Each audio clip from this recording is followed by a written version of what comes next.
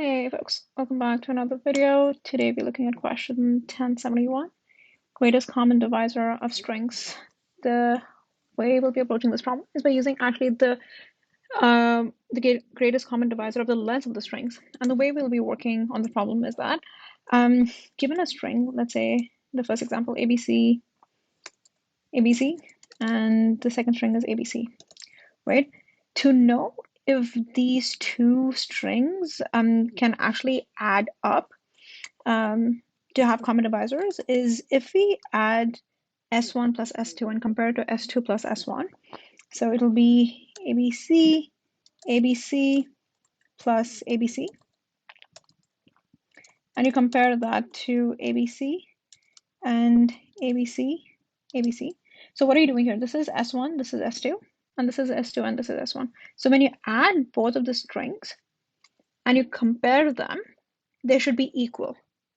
If those strings are actually, they have like a greatest common divisor between them. So basically what that means is since S is equal to T multiplied by T multiplied by T, right? So when you add both of them, if they are in fact T multiplied by T multiplied by T, as in like how you have this, oh sorry, not T multiplied by, so I meant T plus T. So basically it would be S, the string S would be equal to T multiplied by N, like N times, right? So basically what it means is that when they do have a common divisor, when you add both of them, S1 plus S2 and S2 plus S1, they should be equal. If they're not equal, that means that they do not have a common divisor between them, and you can just return the string as is. So let's cover that base case, right? So if, let's say, actually, just to make all the typing easier, let's just do S1 and S2. S1 plus S2, so you're adding the strings, and the way you compare strings is by actually using the equals method in Java, and then S2 plus S1. If they're not equal, that means we know that there's a problem, so we would just return an empty string, right? But if in fact they are equal, basically what you need to do is actually get the common divisor, the greatest common divisor between both the strings. So, and how do you do that? The length of the string. So how do you do that? That's pretty simple. As we know, the way you compute GCD is the length. Let's say if you take two integers, int I and int j, and how do you compute that? This is a very common algorithm that's actually found. If you don't really know how to compute that, you can look it up and try to understand why it works the way it works. So if j is equal to 0, that means it cannot really be divided, so you would just return I as is. If not, you try to get the greatest common divisor, so you'd be return. What you would do is that you would say GCD length,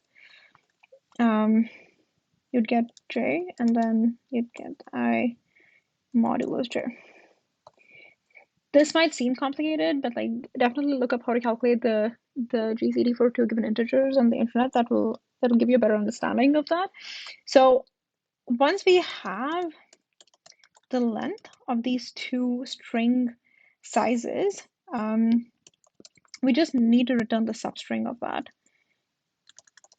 As in, okay, so these two strings do add up when you add them together, and they're equal. So basically you want to get the GCD of both of them, so you just return the substring for that length.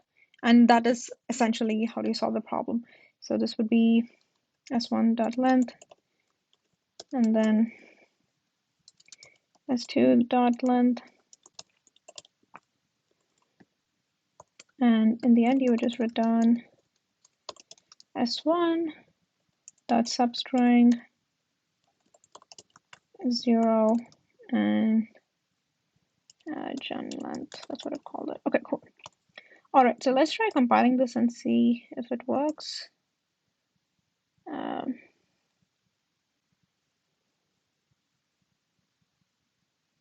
So the first few test cases work.